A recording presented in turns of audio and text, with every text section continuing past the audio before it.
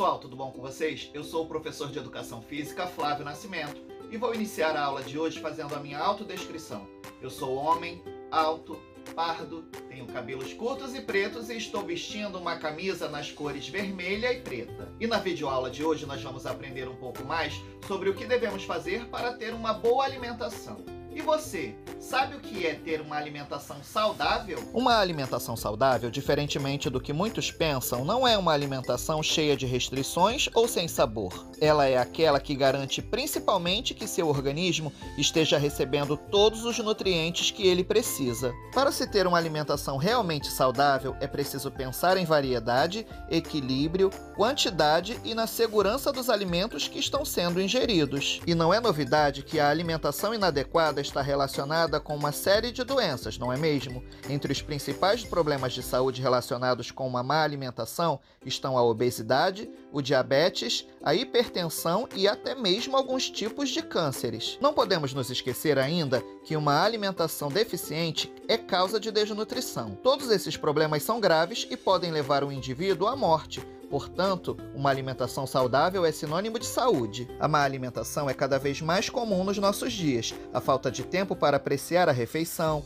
a necessidade de alimentos fabricados rapidamente e a grande variedade de produtos pouco saudáveis auxiliam no aumento do número de pessoas que não fazem uma alimentação correta. E na sequência nós vamos falar um pouco sobre higiene, alguns cuidados que devemos ter na hora de preparar os alimentos e outros sobre higiene pessoal, a fim de evitarmos doenças. Higiene dos alimentos. Os cuidados com a saúde vão muito além das escolhas de um cardápio saudável. O processo de higienização das verduras, frutas e legumes é uma etapa muito importante para isso. Fazer a correta higienização dos alimentos antes do preparo é essencial. Isso porque as hortaliças, frutas e vegetais são produzidos no meio ambiente e carregam bactérias, vírus e parasitas. Por isso, é fundamental checar o estado dos alimentos no momento da compra. Esses cuidados devem ser ainda mais severos com relação à carne bovina, frango e peixes. O que pode acontecer quando não há higiene alimentar? Caso os cuidados de higiene não sejam implementados no dia a dia, o risco de contaminação e doenças é muito grande, podendo causar intoxicação alimentar, por exemplo, que pode ser percebida por mal-estar, enjoo, vômito, dores de barriga, febre, perda de apetite e cólicas, por exemplo. Higiene pessoal. Qual a importância da higiene para a saúde? A limpeza correta e regular do corpo é fundamental na prevenção de doenças causadas por vermes, vírus, fungos e bactérias. Atitudes como lavar as mãos, escovar os dentes e tomar banho diariamente, apesar de serem simples, são de extrema importância em qualquer idade e não podem cair no esquecimento. Mantenha a higiene pessoal em dia. Para garantir uma alimentação mais saudável, especialmente entre as crianças, que tendem a ser mais sensíveis, a higiene pessoal é tão importante quanto a limpeza dos alimentos. Você já ouviu falar sobre o Guia Alimentar para a População Brasileira? Vamos assistir a um vídeo produzido pelo Ministério da Saúde. Você conhece o Guia Alimentar para a População Brasileira? É uma ferramenta simples que explica as diretrizes alimentares oficiais para a nossa população, promovendo uma alimentação saudável, acessível e de acordo aos costumes brasileiros. Você vai encontrar informação e recomendações sobre como comer adequadamente, escolhendo alimentos naturais e nutritivos e, ao mesmo tempo, promovendo o cuidado do meio ambiente e o bem-estar da sua família e comunidade. O guia apresenta 10 simples passos para alcançar uma alimentação saudável. 1. Prefira sempre alimentos in natura ou minimamente processados. 2. Utilize óleos, gorduras, sal e açúcar em pequenas quantidades. 3. Limite o consumo de alimentos processados. 4.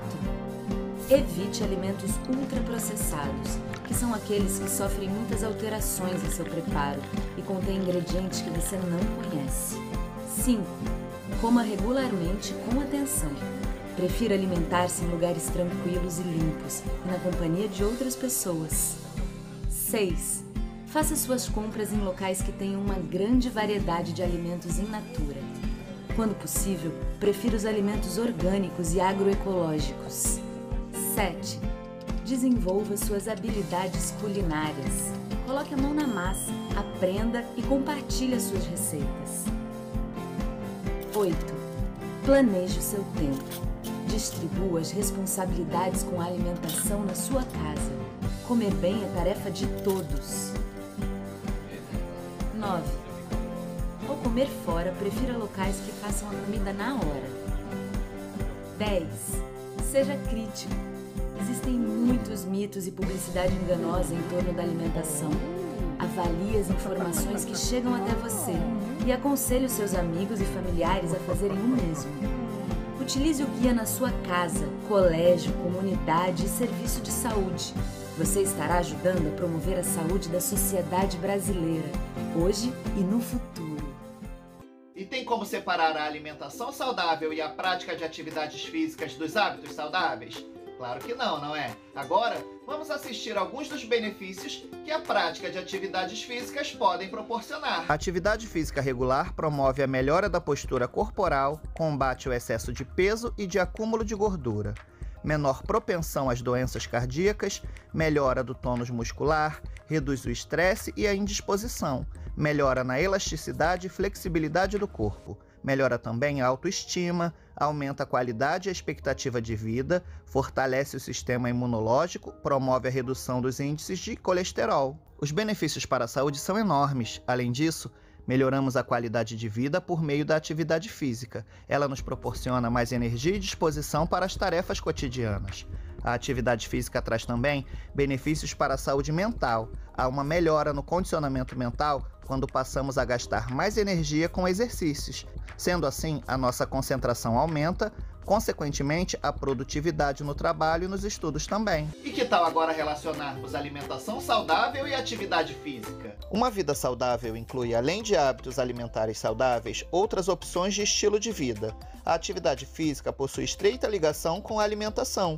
Juntas formam o balanço energético, que é a relação entre a energia consumida em forma de alimentos e a energia gasta em forma de atividade física. O estilo de vida atual tem cada vez menos gasto energético, com avanços tecnológicos que conduzem a hábitos sedentários.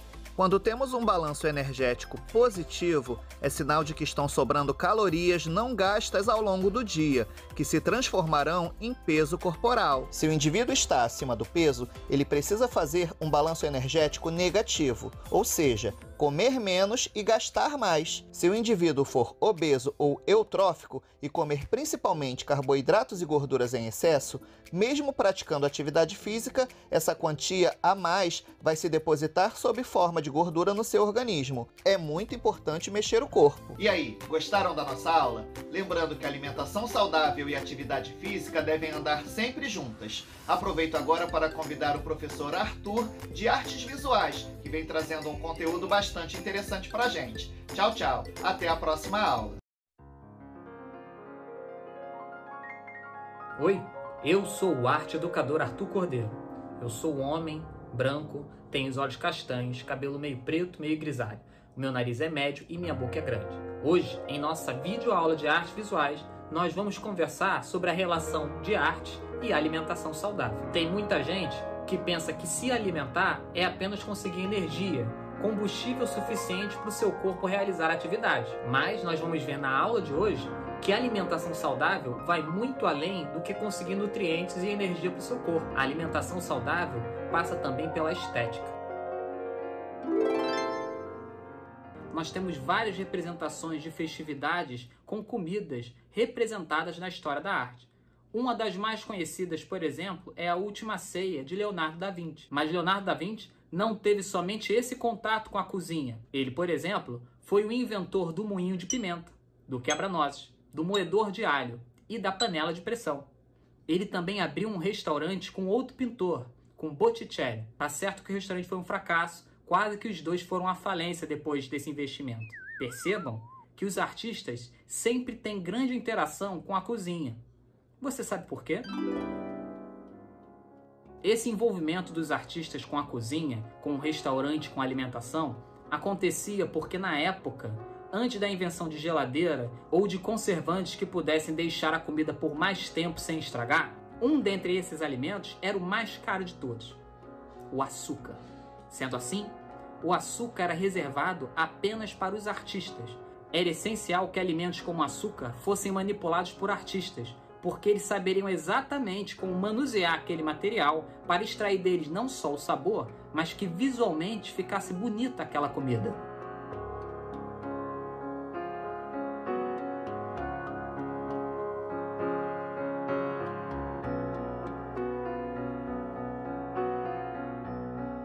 Daí começou a surgir o pâtisserie, ou, como conhecemos aqui no Brasil, a confeitaria. Foi no Renascimento que nascia o que conhecemos como pâtisserie. Até hoje, as técnicas de manipulação de doces daquela época, para que eles ficassem não só saborosos, mas visualmente atrativos, é muito utilizada na gastronomia.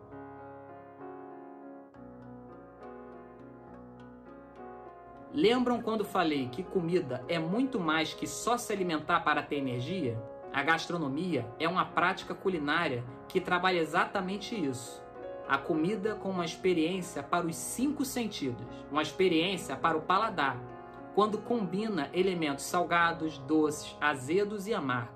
Também é uma experiência para a visão, quando faz experimentos com cores, estruturas, as montagens dos pratos, que podem ser verdadeiras esculturas ou até mesmo pinturas. É uma experiência para o olfato, os diversos aromas naturais que podem nascer da combinação de temperos ou de técnicas de preparo. Não podemos esquecer do nosso sentido do tato, a experiência dos alimentos que são ásperos, a experiência da mastigação, ora macia, ora mais dura. A experiência de poder pegar a comida, de manuseá-la num molho. Também temos a experiência com a audição, com os sons que as comidas fazem ao serem degustadas. Quem não lembra do crack-crack que os biscoitos fazem quando os comemos? Além disso, existem métodos de preparos que são considerados patrimônio cultural de um país. Atividade.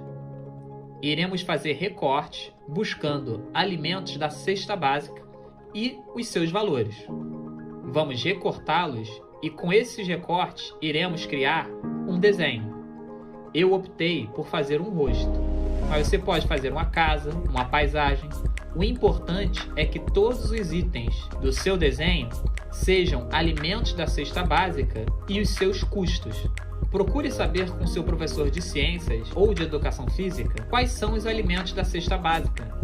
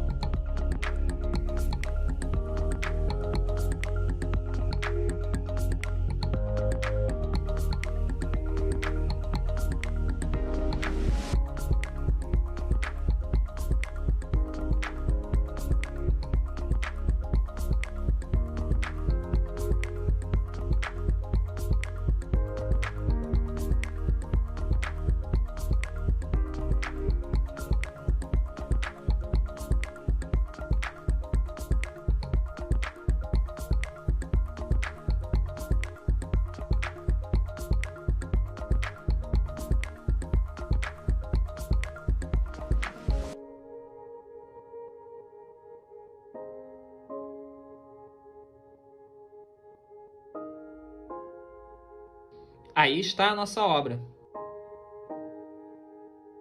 Gostou dessa atividade? O importante é que ela pode nos trazer diversas reflexões, não só na parte estética, como você pode procurar os seus professores de geografia e de ciências para conversar um pouco sobre os custos da alimentação e o que torna uma alimentação saudável. Experimente conversar também sobre os trabalhos de seus colegas. Veja a diferença de custo, a diferença dos alimentos escolhidos e conversem sobre outras escolhas e possibilidades que possam se tornar mais baratas ou de melhor qualidade para a alimentação de cada um. Espero que vocês tenham gostado da atividade e que reflitam bastante sobre o que é ser saudável através da alimentação. Até a próxima, pessoal! E vamos de revisão. Na aula de Educação Física, nós aprendemos sobre alimentação saudável, higiene pessoal e dos alimentos e relacionamos a alimentação saudável e atividade física. E na videoaula de artes visuais, aprendemos sobre o envolvimento de artistas com a alimentação. Vimos que a confeitaria foi desenvolvida por grandes artistas porque o açúcar era um alimento muito caro e fizemos uma atividade relacionada à criação estética com os preços dos alimentos na cesta básica.